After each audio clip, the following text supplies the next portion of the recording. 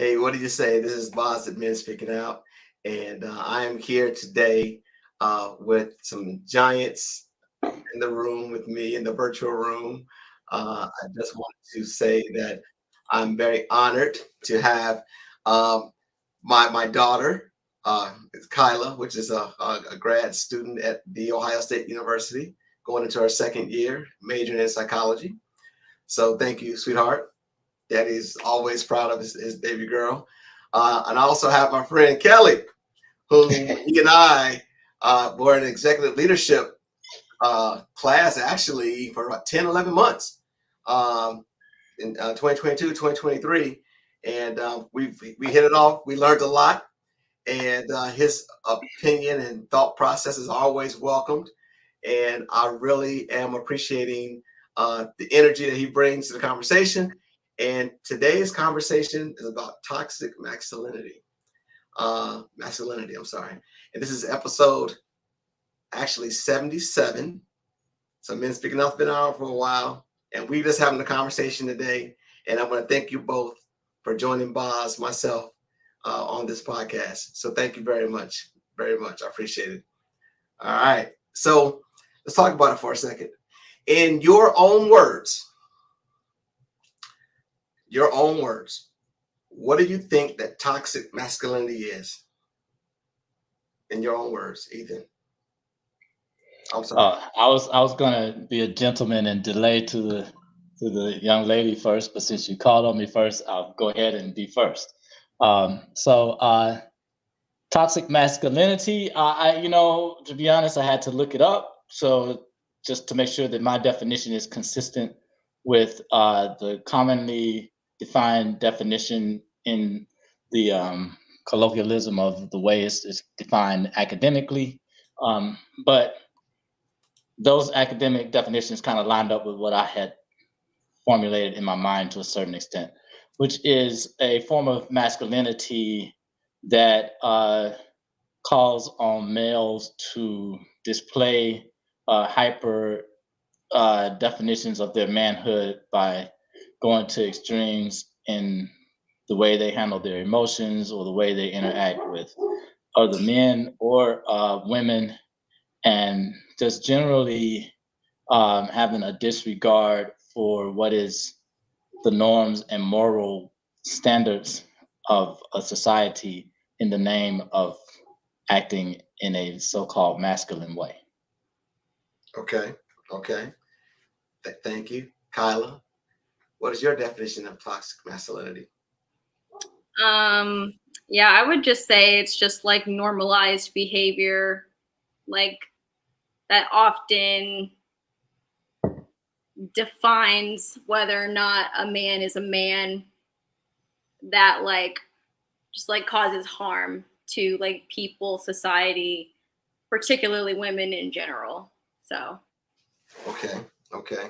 Well, I think in my own words, I kind of made myself some notes, so you see me glance over a little bit. I think it's a behavior used to describe men who are problematic,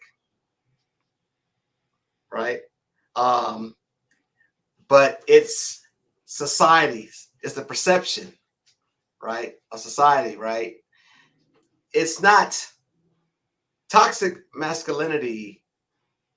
Is not masculinity. It doesn't define masculinity, right? So I want to make sure that I distinguish the two because how can I put this? Religion, culture, economic status, they all play a role in that. Because we as men, we want to be, well, some of us anyway, the tough guy, right? We want to be our shoulders broad, our chest out, and not be able to express our, I'm gonna say feminine side, maybe, because we all got one. So we feel we have to be somewhat stoic in this. And for those who don't know what stoic is, it means enduring pain or hardship without emotion, remaining calm through the storm. But we know deep down inside we're hurting. And really, respectfully, it's destroying society to some degree. I myself, putting it out there in the universe, I myself displayed some of that characteristic, that toxic masculinity. And historically, I've displayed it in many occasions, especially like in high school, in college. Who can I conquer? How many women can I sleep with? How many can I do this? Right? That's toxic. That's all toxic. And we giving folks high five. Man, what? You did this? That's toxic. It's nothing to brag about, number one. Now, obviously, I'm looking for, you guys' feedback and thoughts on this as well. But do you think that religion, culture, and economic status plays a role in the toxic masculinity space?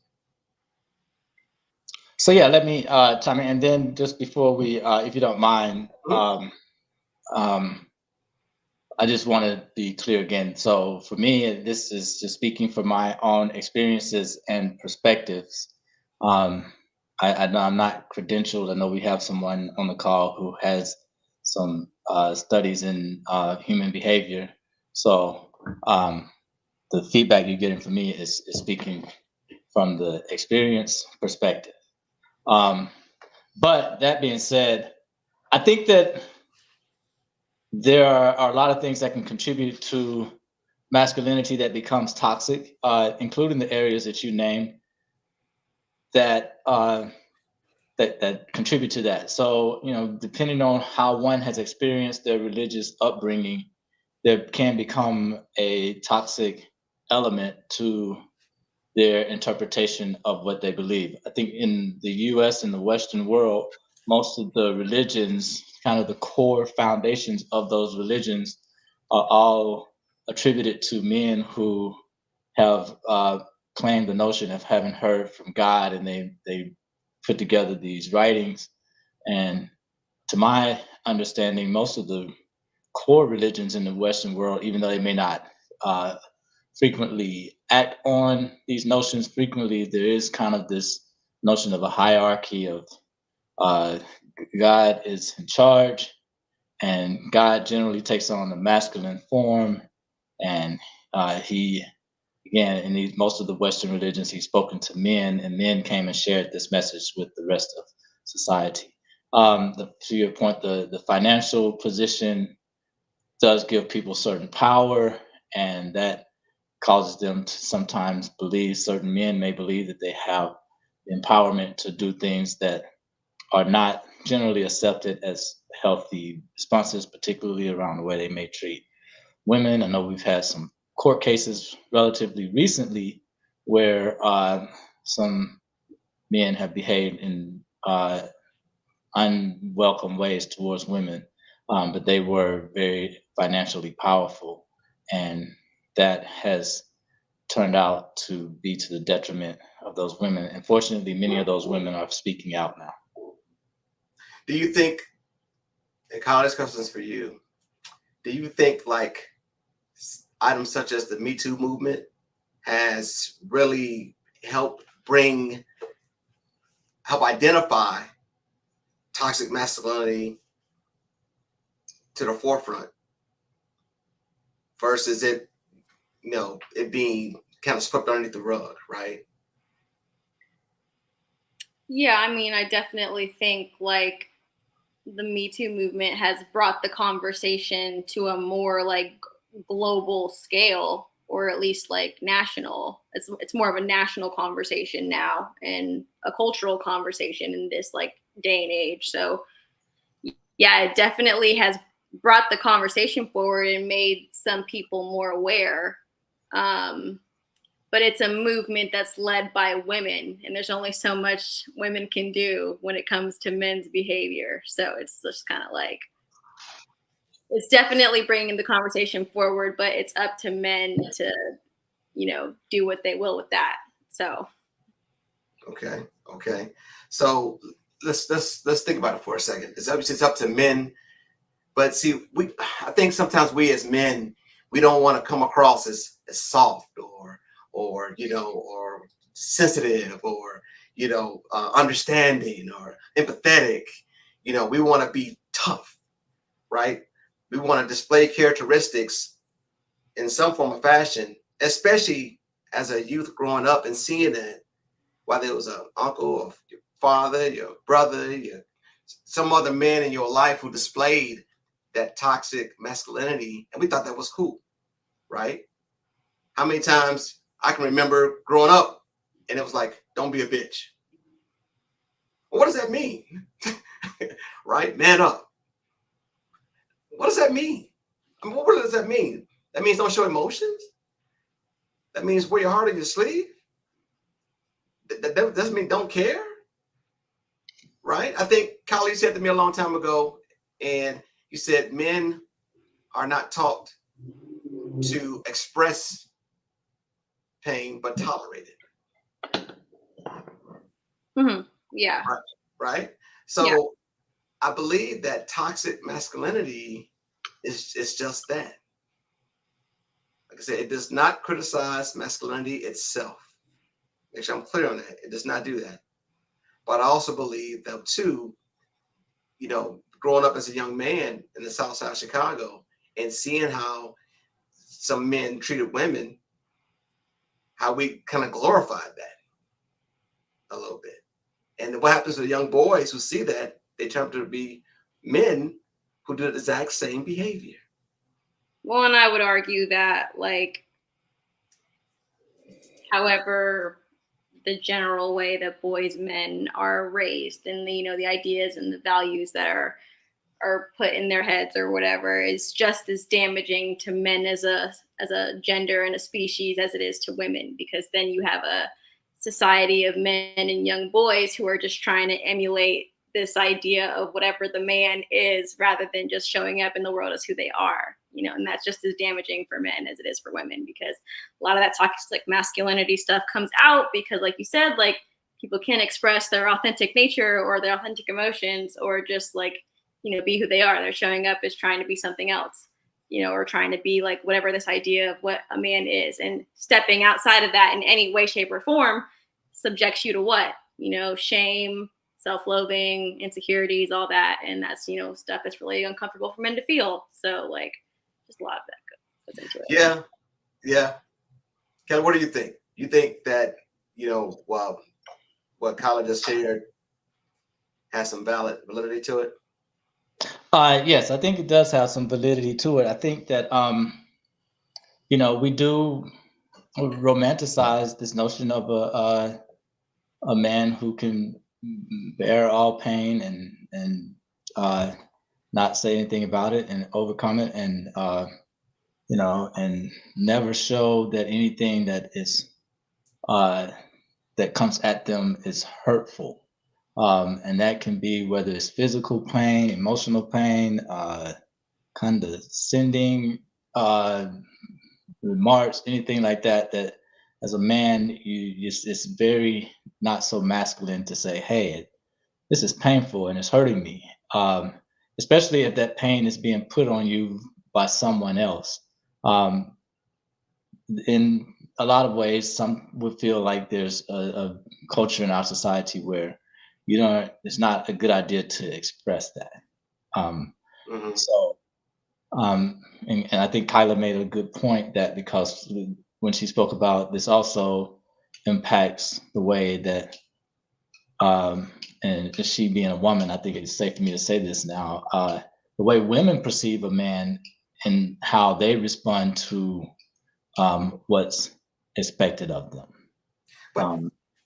And so that's so some males may feel like, hey, what is, not only are the guys going to think about me, but what are, what's this woman going to think about me if I say, hey, wait a minute, hold on now, that's you're hurting my feelings when you say that to me. How is my woman going to receive that? Because a lot of men have been cultured to believe that women don't want to see that in their man. Right. Now we cooking with grease now, because I'm gonna jump off to the deep end. All right. So society. Do you have a lifeguard before you jump off on that deep end? Yeah. Let me just stick my toe in it for a minute and test some water. So okay, men and women, okay, you know, man's out, women's out, they on a date. A man compliments the woman, right? Another man, a third party, compliments or whatever, right? And may say something, I don't know, not necessarily inappropriate, but may say something like, man, you fine, or something like that, right? And then the man that she's with, he's like, man, you looking at my woman, what's wrong with you? You know, I gotta fight every night to prove my love. You know, is that what he says? Okay. Well, you know what I mean. When I'm 5 heartbeat seconds, is it? And if a man doesn't do that, does a woman look at him like, well, you ain't gonna defend me? You're not gonna step and be my knight in shining armor and block that blow from coming? I don't want to be with you because you let this man disrespect me. But is it worth it though? Right? Is it worth getting into a fight and a scuffle just because someone opened their mouth? Say, now you gotta be a man. Now she's looking at you like a bitch. You feeling like some sort of way.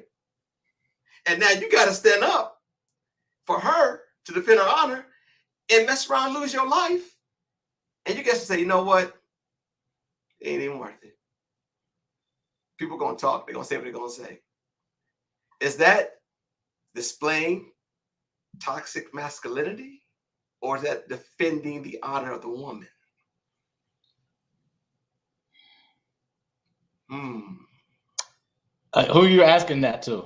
Anybody on the spot? I'm going to say that it's toxic masculinity because I'm just thinking of in my personal opinion. Because like if I'm sitting at dinner with a dude and some guy walks past and tells me that I'm fine, and then all of a sudden he's like ready to beat his ass, like that went from 0 to 100 like real quick. Like now I'm thinking about, okay, wow, like it doesn't take much for you to like step into that level of aggression, and like that would be a red flag for me. But that's just like me personally. But like, I mean, if a woman believes that that's like what makes a man, then like, I mean, okay, I think that's just like dependent on the woman, like, but for me personally, I'm looking at that as toxic because like you just went from 0 to 100. Like if he's just going to say that and then like keep it moving, like, no, it's not worth it. Cause whatever, like we can just laugh about it when he's gone. But then like, if he's continuing to be like aggressive and like he's actually coming off as like threatening and like poses a real threatening danger, then like, okay, that's a different conversation. But like, if it's just some dude, like some random guy, like talking whatever, like it's not worth like getting into a confrontation about, like, cause it's not that deep. Yeah. But some men feel like they got to defend the honor of a woman. Yeah. But then I guess my question is, why do you feel like that? Because like if I'm not requiring you to do that, then like why do you feel like you still need to? Well, it could be, like I said, there are some characteristics there, right? With toxic masculinity, right? Aggression is one.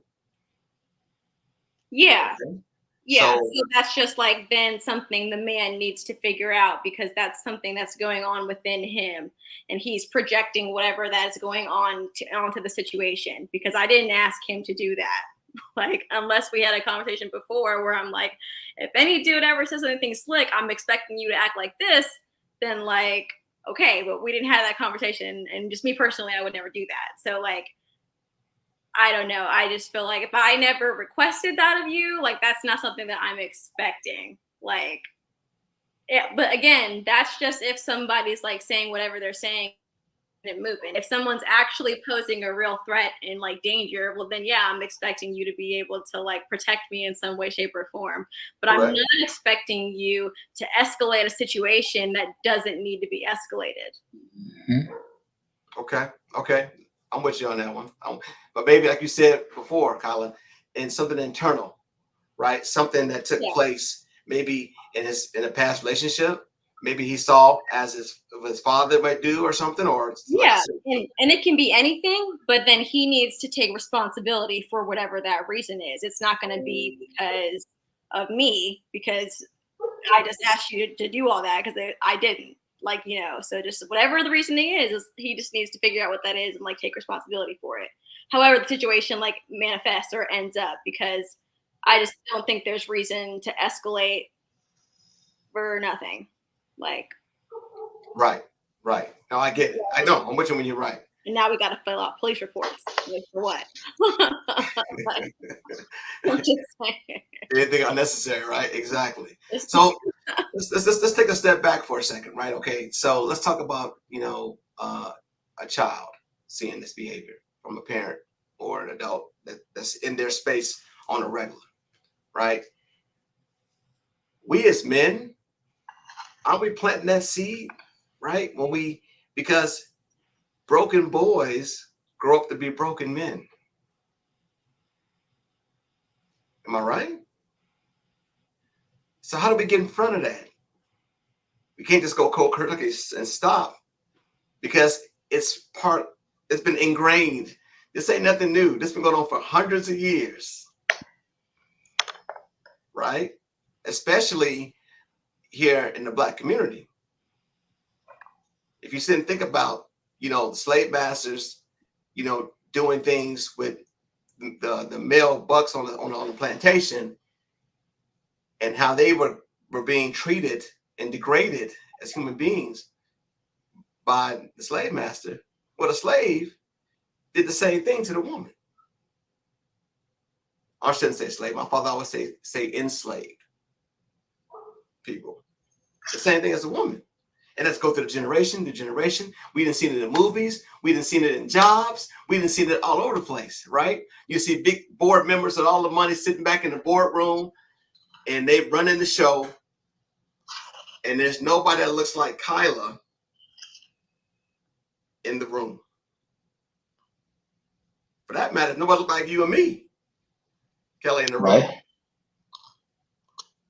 So are there levels of toxic masculinity when it comes to race as well? I didn't mention race earlier. I said finances, culture, and religion. Or is that privilege? Yeah. So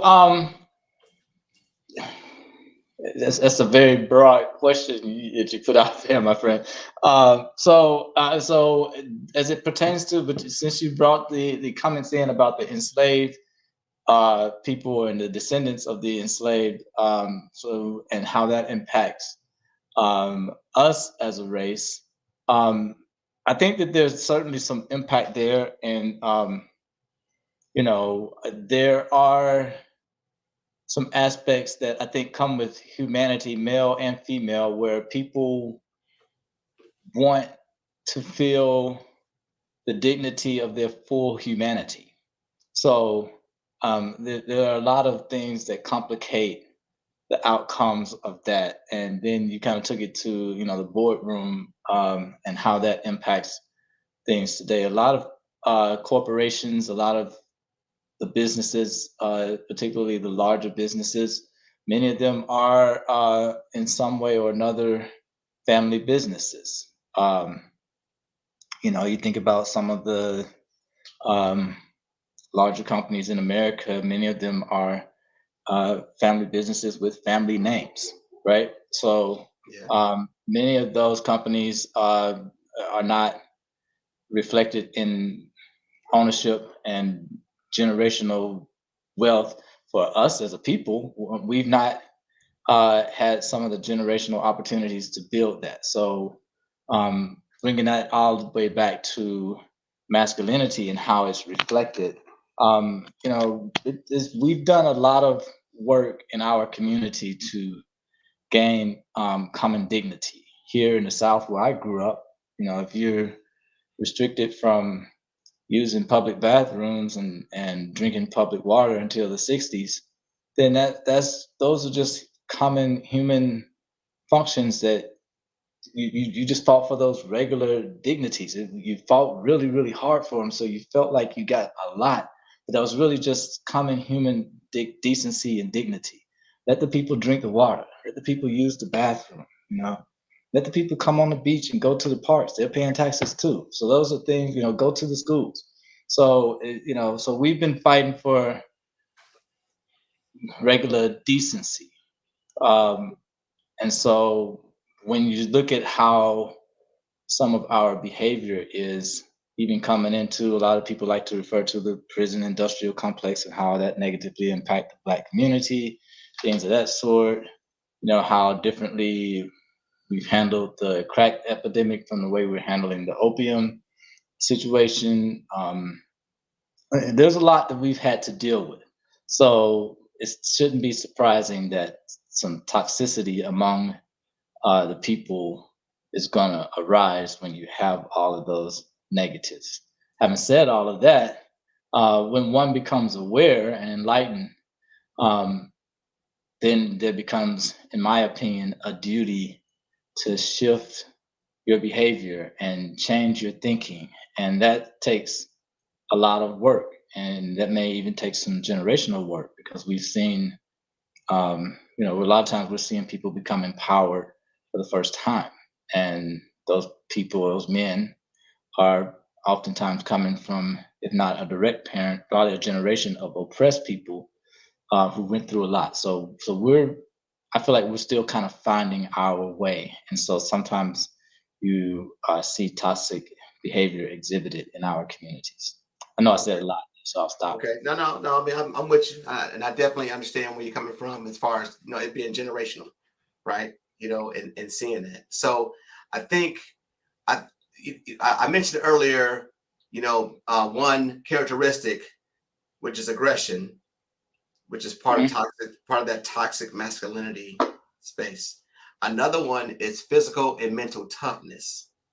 Okay, we feel like we got to be tough. While they at the gym, so I see so doing 200 pounds, benching. I'm gonna go over there and do it too, right? I can't let him show me up, right? What they call that big dick energy. That's what that's really called, right? I can't really, and for the listeners out there, real quickly here, there might be some common phrases or there might be some shall I say, some things that I'll say that may not be to the liking. I apologize in advance, but this is men speaking out. We talk to reveal, not to conceal. This is what it is. So what I'm saying is, it's like I said, big dick energy. That's what it is. Yeah. So it's aggression, in my opinion. This is since you jumped off the deep end, I'm gonna jump off as well. So aggression, competitiveness, in my opinion, in and of themselves, are not evil just because they exist, right? Right. It's when these attributes show up. There are certain situations where you can put a man in where you need to see him become aggressive. So let's go back to your dinner situation. What happens when the guy who is trying to talk to your woman decides he wants to try to touch her, right? It's time to show aggression at that moment. And that is going to be pretty much accepted by most of society. You don't just allow someone to assault the person who you're with. Generally, people feel like it is my job to jump in and we're going to protect each other. We're just not going to have that. Competition. Certainly, competition can become toxic, but in and of itself, it is not toxic, in my opinion. Competition does not have to be a breeding ground for toxicity, though I do feel like and would agree that a lot of men's sports and the way we've approached men's sports traditionally does have a history of toxicity, and there's work going on to remove that. But I mean, it's also in the corporate workspace. There's a lot of masculine toxicity there. But It is. competition in and of itself, aggression, those things, I don't think that they're toxic just by the nature of their existence. Oh, I agree. Like I said, it does not criticize masculinity itself, right? That's what I said earlier in the podcast. But I will say this. Let's go. I'm gonna get this true. This is a true story, true example. A friend of mine, whom was I think they were like the senior director of a company, and they were in charge of research and development. African American woman. So they went in and met with a new client or a new customer of some sort, and this was a middle-aged white man. Right. Well, along with her was the chief financial officer. He was Asian, and another gentleman who was another white man who was the CIO, chief information officer. So they went into this room, meet with this client. Client says, "Well, who we gonna get to take notes? Who to take notes?" He automatically looked at the black female. So, oh, you can do it. And who's gonna be the IT guy? The Asian guy. I thought he was an IT guy. And come to find out, they were like, "Bro, you got it all wrong." Yeah. She's the one that's gonna decide we use your services or not.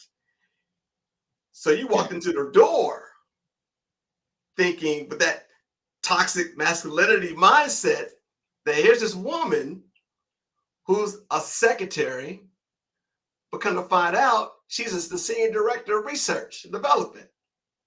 So you automatically assumed that she was on a low in a totem pole because she was a black woman or woman, period.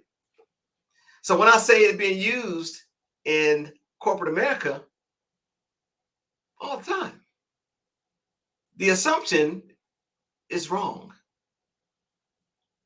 And so when I see that, and when I heard that story, I was like, wow. I'm not just going to share anybody's name or anything like that, but it just blew my mind when I saw that.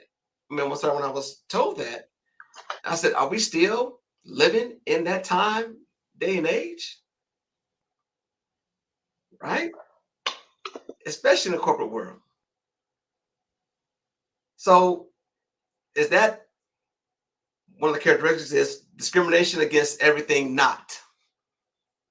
Right? That's a characteristic. You are discriminating against everything that is not.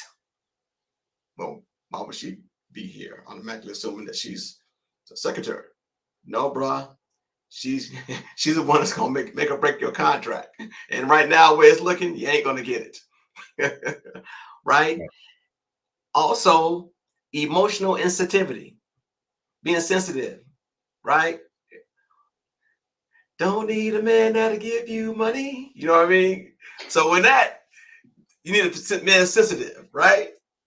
Or you don't want to be sensitive. Now you soft. But it's okay to be soft. It's okay. We don't think about the impact of something soft is better than something hard. I'm just saying, especially from the emotional perspective. So what scares me, is that this has become a societal norm. It's normal. It's not right. Don't make it right. It's normal. And men and women, or some men and women, they think that it is okay. And B, I'm gonna disagree with you on that. It was said that that's not toxic masculinity. Everybody assumes. I believe it is toxic. What was that? A comment was made that says by the initials NB. Oh, okay. You responding to comments in the feed. I'm sorry. Okay. Yes. It says I can show it right here. Right? Okay. That's what it says there. That's not toxic masculinity. Everybody assumes. Well, in some degree, it really is to me.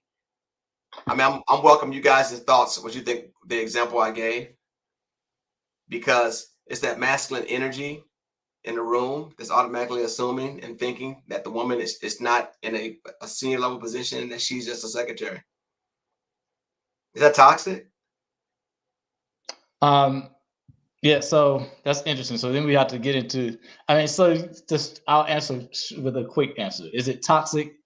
Um, it is, yeah, could be toxic to the extent that it could have cost you the deal. So to that extent, it could be toxic.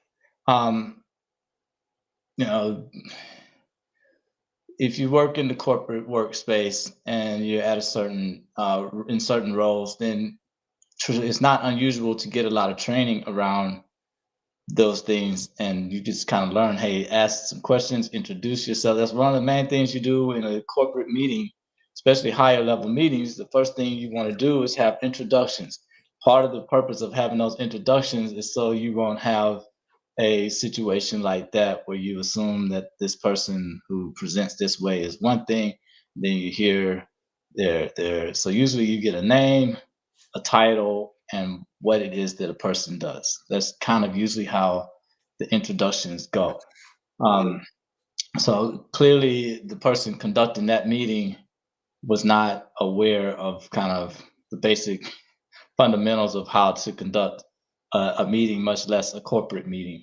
And so, as a result, you get assumptions that manifest, and then you start to see these behaviors that could be translated into to toxicity. So I think it starts at assumptions. The assumptions create toxicity, and it can quickly go south from there.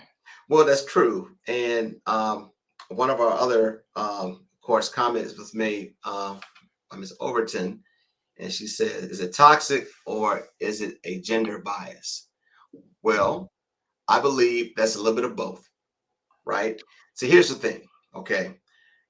When I say that that's toxic masculinity, I'm saying from a perspective of the thought process of coming into the space, right? I'm not saying the action was toxic. That's gender bias all the way.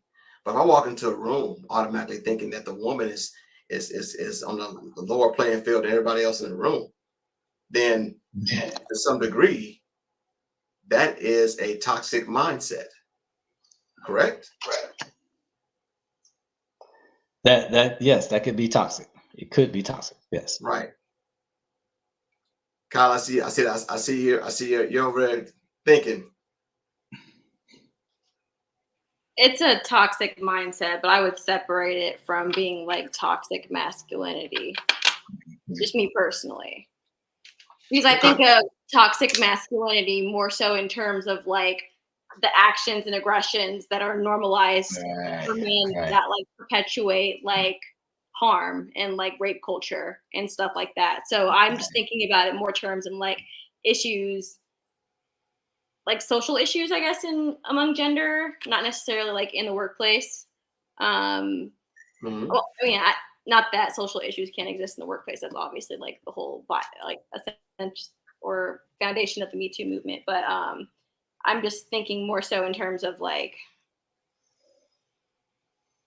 normalized aggression and violence that perpetuates like harm, like culturally in that way, not like gender bias and like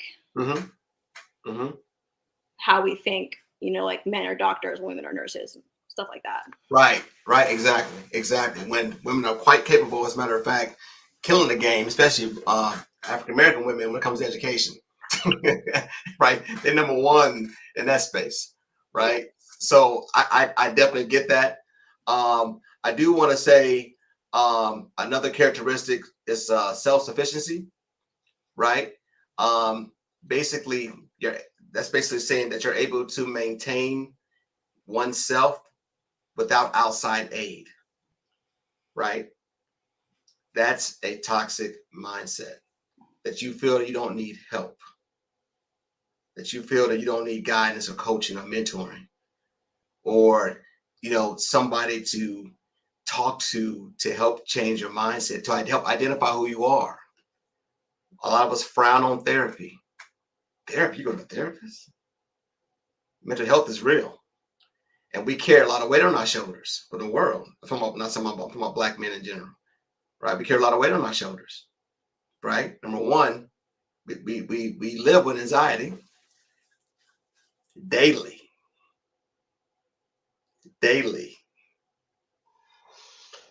So we feel we got to be the tough guy. Yeah. So let's. So the self-sufficiency. Yeah. I mean, and I know that that's in the textbook definition of what toxic masculinity, what contributes to toxic masculinity.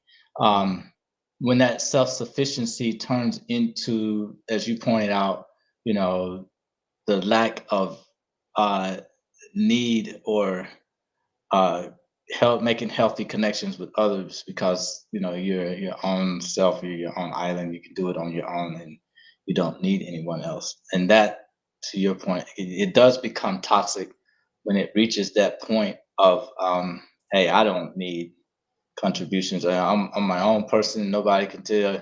Yeah. Yeah. My man Bobby Brown gave us a really great uh, theme for the toxic masculinity mindset. It was a beautiful song, though. It's my prerogative. I can do what I want to do. Nobody can tell me what to do. I can live my life. You know, it's that mindset that I don't want or need anybody else. You know. So, Um, like, I'm sorry. so I know that's I'm not beating up Bobby here. I'm just saying, but the to embrace that as a life mantra and self sufficiency and it's me and I don't need the rest of y'all. That is toxic. Well, here's a question, right? In my experience, I've seen individuals that like I've seen guys try to open up doors for women. Let them go and be a gentleman, right? And Mhm. pull a seat out and stuff, which is all great, which that's what it should be. But then I see on the other end of that spectrum, when women say, "You ain't gotta pull my chair out. I get my own door," right? So it's like I don't need you for that. So how does that stuff like that play a role with men?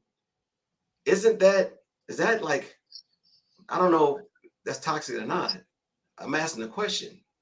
Yeah. So I think it's And Kyle, uh I'm looking for you to respond on this one too. yeah, I want to hear her response, but I just want I My think you first should know question your was woman. gonna I mean, be, if she wants oh, go ahead. I'm sorry, Kylie. my first question was going to be, what women have you been out with that said to you, don't take out my chair, don't open the door for me? How many women? Yeah, how many have you been out with, Boz, who said I that? just want to know. I want to know too. I never said it was me. Everybody want to pull that I never said it was. I never said it was me. You didn't say it was not you. I'm saying that I've heard the stories of how a gentleman Mhm. wants to be a gentleman, and so but on the other end of that spectrum, it's like, well, I don't need you to do this. I can do it myself. I can do this myself. So now it's like, well, hell, why do it anyway? Why do it anyway? Right now, I'm not saying that's toxic masculinity to a certain level, but it is toxic to some degree, right? Instead of I accepting. think you should. I am of the opinion, based on my experiences in life, I feel like you should get to know your woman and know what she appreciates. And if she appreciates you opening doors and doing those types of things, then you do that for her.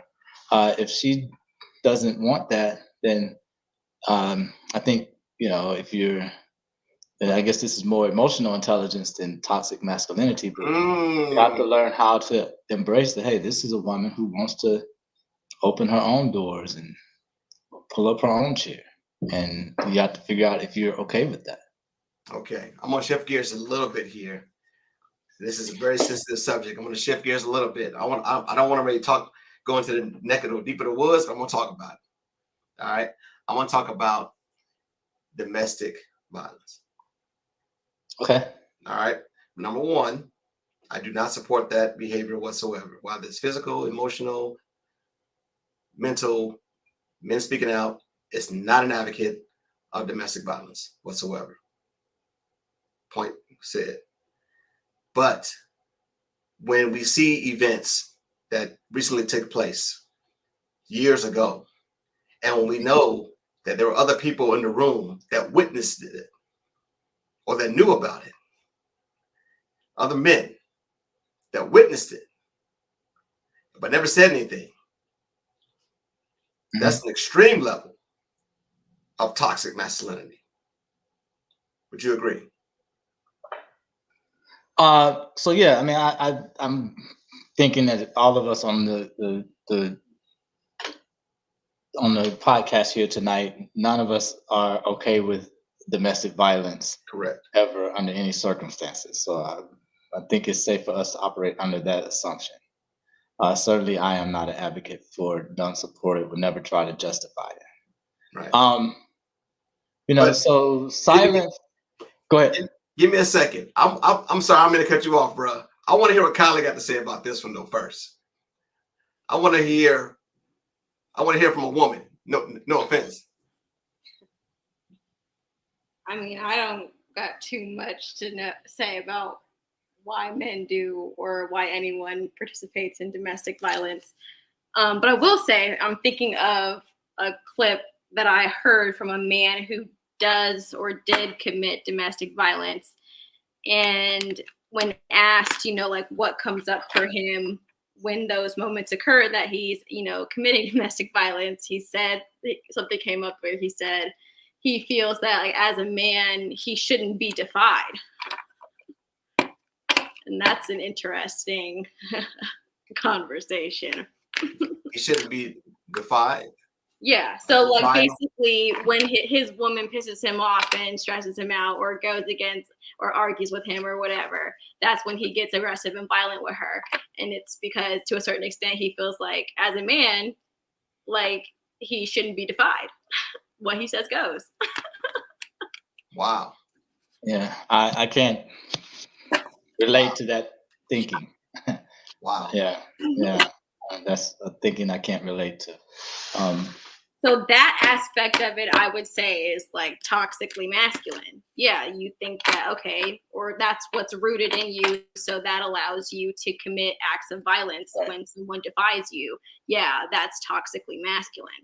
The fact that you like know how to fight in itself is not toxic. It's just like a skill that most people probably have. But like acting on that because you believe you've been disrespected or whatever and you don't have no other way to handle it than to get aggressive, that is what is toxic, not the fact that like you can just get aggressive, like because anybody pushed to any limit can result in aggression, but like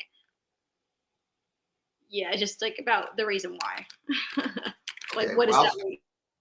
Well, and if it's rooted in a belief to any extent that you have more rights or what you say goes or whatever, just because the inherent reason that you're a man, that's what's toxic. When you think you could just do stuff because you're just a man and men can just do that. You don't got no other reason for it other than, oh, well, that's a man. This is the man's role, blah, blah, blah, blah. Like, no. No. Right. No, I definitely get that. And like once again, like Kelly said, we don't. Nobody supports that behavior on this podcast, right? So we don't even. There's no advocacy whatsoever here for that, right? But go ahead, Kel. You were going to say. Yeah. First of all, Kyla, that was a brilliant point, and definitely agree with you on that. In terms of the you essentially, if I understand your question, you were asking about the bystanders when domestic violence was going on. We would like to hope and think that those bystanders would step in and take an action. And we don't know that didn't happen, right? I mean, those people, pretty sure if they said something, then they weren't permitted to stay around, right? So, but some probably didn't say anything, and we're still operating with a lot of assumption there. Some probably didn't say anything and saw this and just kept going with it. I think that there's this notion that the heroic man, that he's going to step up to the powerful man and say, you're not going to abuse this person male or female. I don't know if that's if that person doesn't step up and take that action, that speaks to their masculinity. It's not unusual that these people who in the acts that you're talking about and refer to, they have uh, staff and other people around that are male, female as well. So there are a lot of non-actors there, and so the call to act against someone,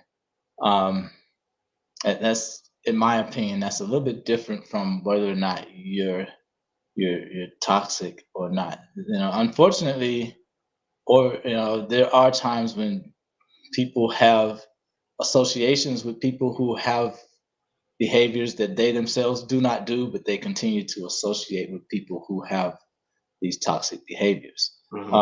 Should they step up and intervene? We would like for them to do that, but I don't know if I'm ready to call them toxic if they don't. I got you. Touche. But they definitely should be holding that other individual accountable. Right. That's for sure. I would say we all agree upon that. I'm going to make the assumption, I shouldn't assume. Why does the four agreements, right?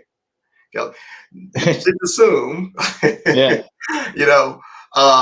So really, like I said, once again, we all know that there are a bunch of components to toxic masculinity. We know that it's been going on for hundreds and hundreds of years. This is nothing new. I guess, as we wrap up this podcast, for those who are listening, yes, we as men have a lot of work to do, right?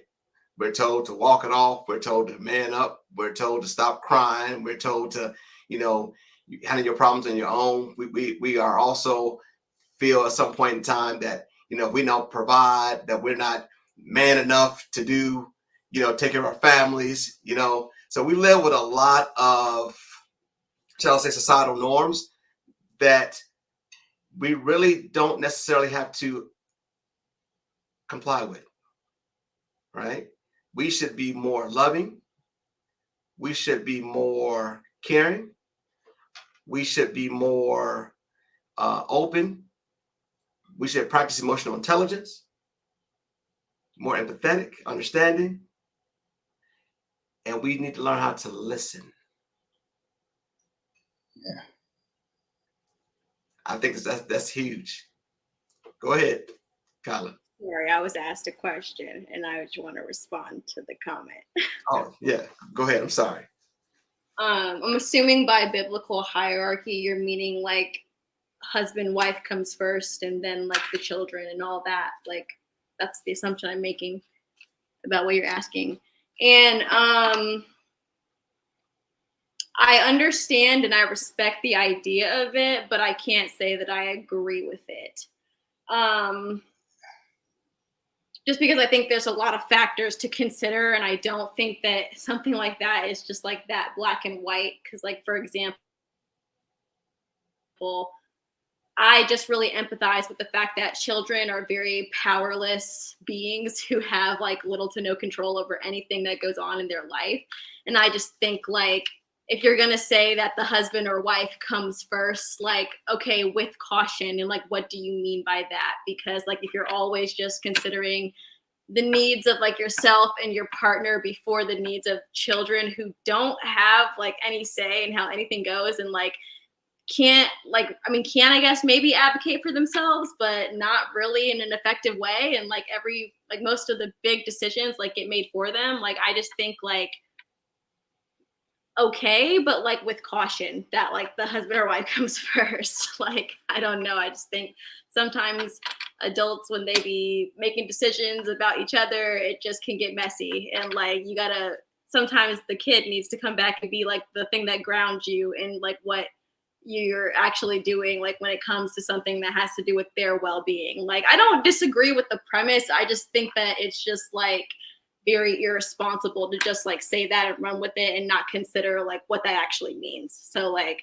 to each their own, but there's just like, it's a very complex like thing, just like when you really sit down and think about it. So that's all I wanted to say. Okay. Thank you for responding. All right. Hopefully MB may have a question or two after that, but hopefully she answered your question. But as I was saying before, like we have to be more loving individuals. I believe that myself personally, I practiced toxic masculinity in my younger days. It was my way or the highway. It was my way. You know, now we're gonna do it Boz's way, right? But as you get older, I've been a young fool. I ain't trying to be an old one. So at the end of the day, experience has taught me how to be a much different individual, and therapy. I did therapy too, to be a much loving individual, and to really take those old ways, those old demons, and not bury them, still accept them for what they were, but don't do that moving forward. That's not me tomorrow. That was me yesterday, but not tomorrow. I have a clear path forward. And I tell all men, well, my ask is for all men, have some emotional intelligence and some empathy, and try to understand the situation, and take a chill pill, bruh. It's okay. It's okay. It's okay to be sad. It's okay to show love. It's okay to listen. It's okay to cry. It's okay. But are you really going to take advantage of it? Ethan, go ahead and close us out. All right. Yeah. So, so toxic masculinity. In your closing statements there, you kind of touched on some of the places it's said to manifest itself with, aggression. The notion of, your ideas are, you as a man, you are the authority figure, the last voice, the first voice, the enforcer, the stoic, non-emotional being who creates all the rules. And so, just two things on that. That's a highly dysfunctional approach, and even if it were functional, why would you go along when people can go along with you, come along with you? Why figure out everything on your own when a lot of things have already been figured out, and you probably could just get some answers by talking to others? Why always try to assert that you're the top person when others can probably be more effective and you'll ultimately come out better? I mean, there's just so many reasons to walk away from the toxic extent of embracing your notions of masculinity. And once you relinquish those things, if that's who you are, and you begin to join the journey of healthy masculinity, your life becomes way more fulfilling and rewarding. So that's how I would close out. Okay. Thank you. I appreciate it. Once again, this is Men Speaking Out. I'm joined today on the subject of toxic masculinity with Kelly and Kyla, and I thank you both very much for being a part of this podcast. And once again, ladies and gentlemen who are definitely tuned in, I'm on all platforms: iHeartRadio, Google Play, Apple, you name it. And of course, obviously behind me, I have wrong side, my website, Men Speaking Out. So there you go. All right, .com. Thank you very much, guys. Appreciate you. God bless.